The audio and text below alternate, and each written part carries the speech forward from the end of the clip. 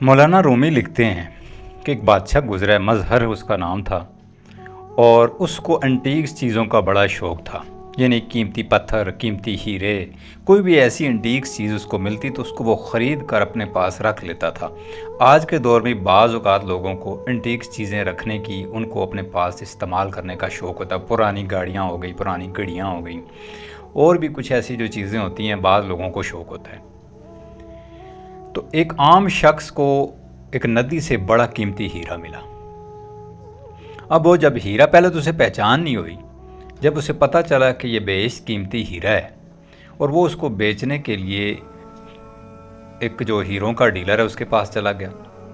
جب اس نے ہیروں کی جانچ پڑتال کی تو اس نے کہا کہ یہ ہیرا اتنا قیمتی ہے کہ میں اپنی ساری جائیداد سب کچھ بیچوں، میں تو بیچوں ہی بیچوں، یہ پورا بازار بھی اگر بیچ دوں تب بھی اس ہیرے کی قیمت ہم نہیں ادا کر سکتے، کیونکہ وہ ایماندار لوگ ہوتے تھے۔ آج کل کی دور کی طرح نہیں کہ آپ اپنی کوئی بیش قیمتی چیز بھی لے کے جاؤ تو آگے سے ڈیلر کہتا ہے جی اس وچ کچھ ہے ہی نہیں ہے، تے ختم ہوئی دی ہے، مکھی دی ہے، بڑے پرانے دور دی۔ وہ وقت ایسا نہیں ہوتا تھا۔ ہیروں کا ڈیلر تھا، اس نے کہا کہ اس کو خریدنے کے لیے ایک ہی شخص میسر ہے، وہی اس کو خرید سکتا ہے، تم اس کے پاس اس کو لے کر جاؤ، وہی تمہیں یہ اس کی قیمت دے سکتا ہے، وہ ہے وقت کا بادشاہ مظہر۔ اب وہ شخص اپنا ہیرا تھیلی میں ڈالا، بڑی مشکل سے بادشاہ کے دربار میں پہنچا۔ اس نے کہا بادشاہ سلامت، سنا ہے کہ آپ قیمتی چیزیں خریدنے کے رکھنے کے بڑے شوقین ہیں، میرے پاس ایک ہیرا ہے جسے بازار میں کوئی خرید نہیں سکتا، تو وہ میں آپ کے لیے لایا ہوں۔ اب اس نے تھیلی سے ہیرا نکال کر بادشاہ مظہر کو دکھایا۔ مظہر نے اپنے جو ہیروں کی پرکھ کرنے والے لوگ تھے ان کو بلایا اور کہا کہ اس کی جانچ پڑتال کرو۔ اب جانچ پڑتال انہوں نے کی تو انہوں نے کہا بادشاہ سلامت، اگر ایمانداری سے بتایا جائے تو یہ ہیرا بے حد قیمتی ہے، اس کو خریدنا آپ کے بس کی بھی بات نہیں ہے۔ اب بادشاہ کو وہ ہیرا اتنا پسند آ گیا، اوپر سے جب یہ پتہ چلا کہ یہ اتنا قیمتی ہے کہ جسے میں بھی نہیں خرید سکتا، حالانکہ وہ خاصا امیر بادشاہ، اس نے اپنے ایک وزیر کو جو بڑا چلاک تھا، بڑا ہوشیار تھا، اسے بلایا، اسے کہنے لگا کہ وزیر، یہ ہیرا کسی نہ کسی طرح اس شخص سے خریدنا ہے، اب یہ تم پہ میسر ہے کہ تم کس طرح سے اس ہیرے کو خرید سکتے ہو۔ اب اس نے کہا بادشاہ سلامت، یہ سارا مسئلہ آپ مجھ تک چھوڑ دیں، آپ دیکھیں کہ میں کس طرح سے اس شخص سے ہیرا خریدتا ہوں۔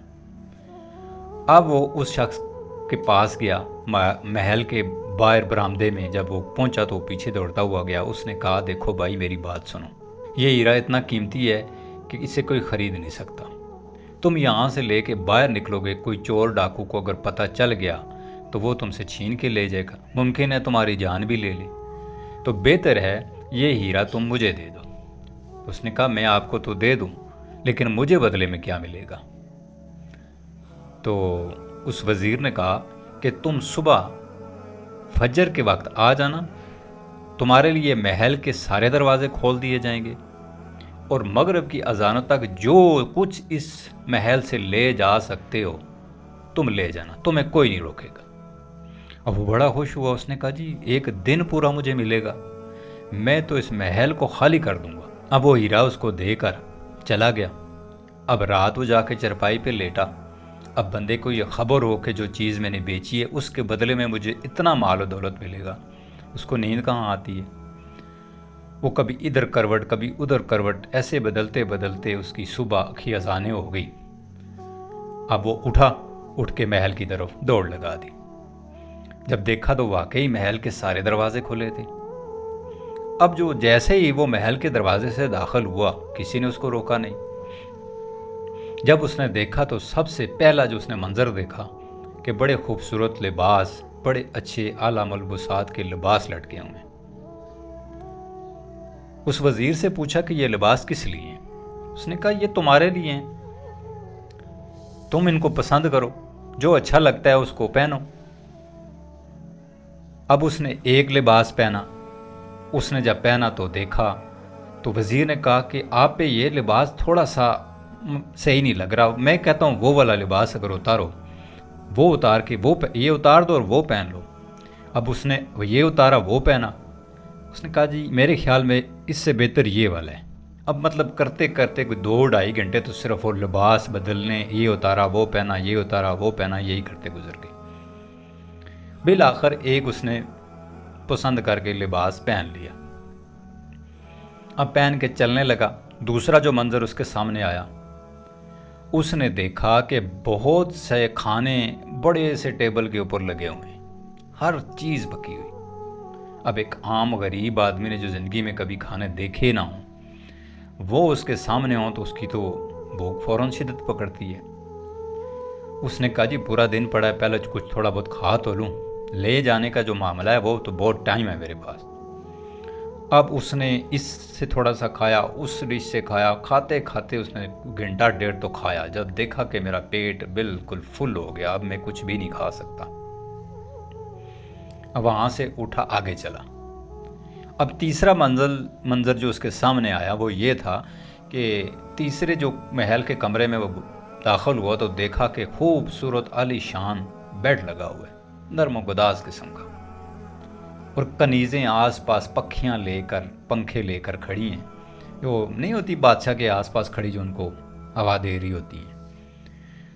وہ ان کنیزوں کو دیکھ کر بڑا خوش ہوا کہ اتنی خوبصورت لڑکیاں میں نے اپنی زندگی میں نہیں دیکھی، اور اوپر سے کھانا بھی وافر مقدار میں کھایا تھا۔ اس نے کہا جی ابھی گھڑی دیکھی تو اس نے کہا جی ابھی بڑا ٹائم ہے، چلو 10 منٹ ذرا اس نرم گداز بیڈ کے اوپر آرام کر لو۔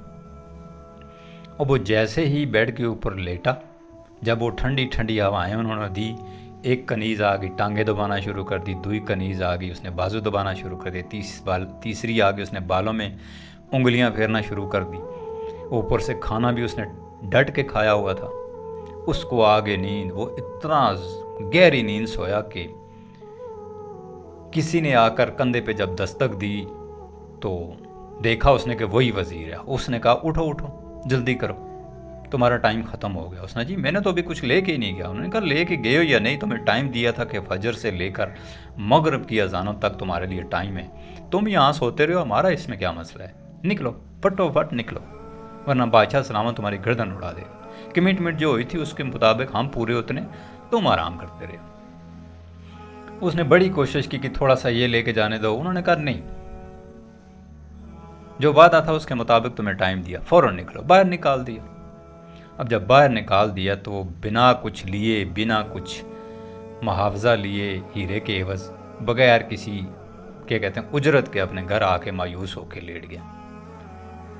دوستو یہ سٹوری سنانے کے پیچھے ایک بڑا ہی گہرا مقصد ہے۔ یہ جو ہماری زندگیاں ہیں نا، یہ جو ہمارا وقت ہے، جو ہمارا دور ہے، یہ ہمیں اس سٹوری سے جا کے جوڑتا ہے۔ ہمیں بھی اللہ نے زندگی، وقت اسی لیے دی ہے کہ ہم اس میں کیا ٹٹول سکتے ہیں، کیا بٹور سکتے ہیں۔ اصل زندگی شروع وہاں ہونی ہے، اس زندگی کے بعد۔ یہ زندگی ویسی ہے جیسے اس شخص نے محل میں 3 کمروں میں اپنے وقت گزارا ہے۔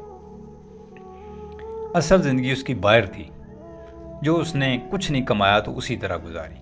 اگر وہ چاہتا تو جو کچھ اس نے دیکھا تھا وہ سارا کچھ باہر نکالتا جاتا، اور جب باہر آ جاتا تو سب کا مالک ہوتا، جس طرح مرضی جس طرح چاہتا وہ ان کو استعمال کر کے اپنی زندگی بہترین کر سکتا تھا۔ لیکن اس نے ایسا نہیں کیا، اس نے عارضی چسکے لیے، عارضی مزے لیے، تو اس نے مین جو اپنا وقت تھا وہ خراب کر دیا۔ یہ زندگی بھی ہمارے لیے عارضی ہے، ہم اس میں عارضی مزے اور عارضی چسکے لے رہے ہیں۔ اصل جو حقیقت والی زندگی ہے وہ آگے ہے، مرنے کے بعد والی۔ اس کے لیے ہم کیا کچھ کر رہے ہیں، کبھی ہم نے سوچا ہے؟ اگر نہیں سوچا تو اب بھی وقت ہے، سوچ لیجئے۔